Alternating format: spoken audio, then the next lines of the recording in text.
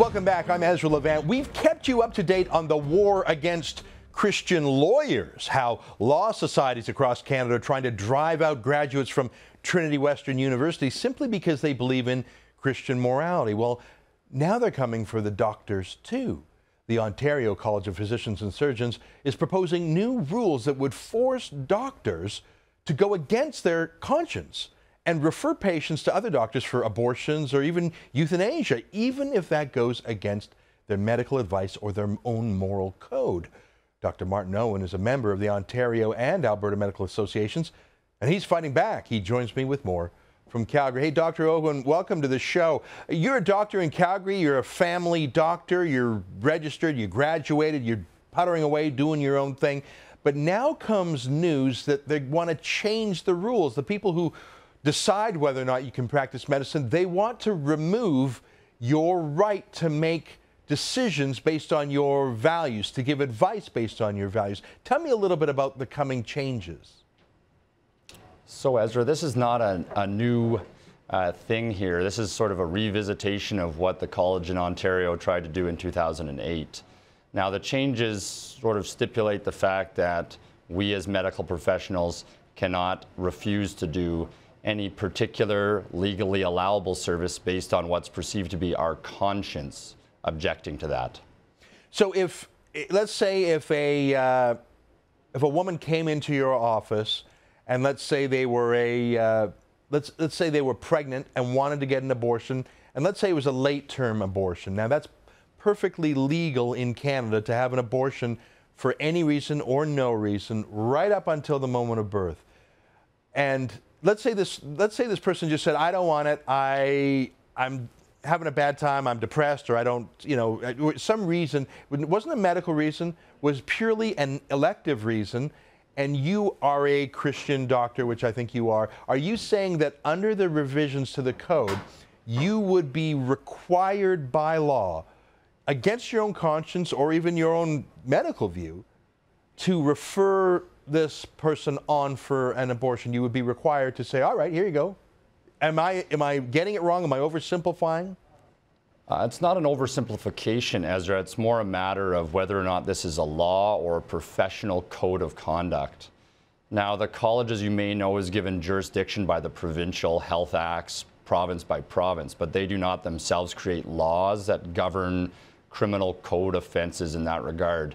Now, I could be professionally disciplined under the new code of conduct, as it is called, Physicians and the Human Rights Code, by not referring that woman who wanted a late-term abortion for any reason whatsoever. But you could be stripped of your right to practice by the College of Physicians and Surgeons. I'm not talking about the... Yeah, potentially, yes. Okay, so now correct me if I'm wrong, because I'm relying on you for this information.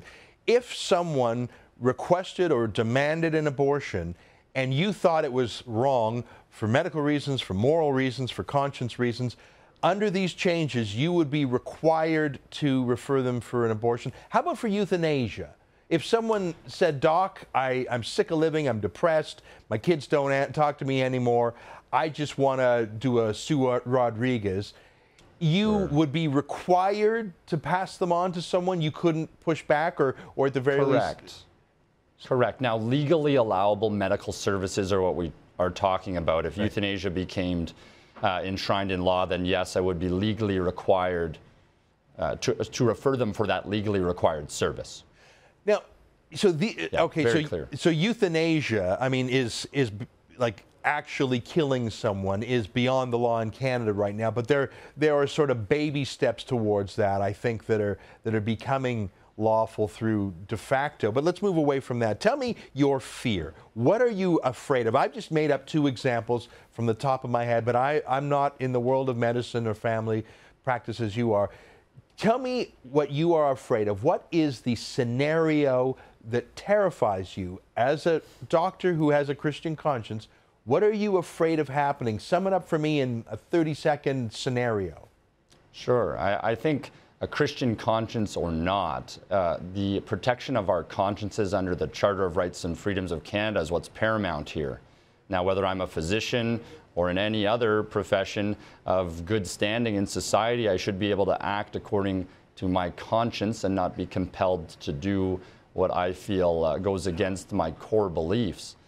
So give me a scenario. Give me a scenario sure. where either a patient is demanding something from you that you think is morally wrong, or the College of Physicians is demanding something from you. Can you come up with an example of that? Yeah, I mean, I'll give one that's a little bit off the cuff here. Now, infant circumcision, for instance, for some, they may see that as a practice that they don't support from a medical basis. They may see that as a practice they don't support from a conscience basis. But as of yet, no family physician has been mandated to perform infant circumcisions in their practice for a number of reasons, one of which is that physicians are allowed to determine what we do based on our expertise, and no one is able to force us to do a procedure or to do a portion of our practice which we feel we're not capable of meeting from our professional or, at this point, conscience objections to that. All right. Well, you've been working with my friend and colleague Amanda Ackman on a new website called freedomofconscience.ca for people who want to learn more about this issue and sign a petition to the College of Physicians and Surgeons. Go ahead, visit, and sign up. Dr. Owen, thanks very much for joining us from Calgary. Thank you very much, Ezra.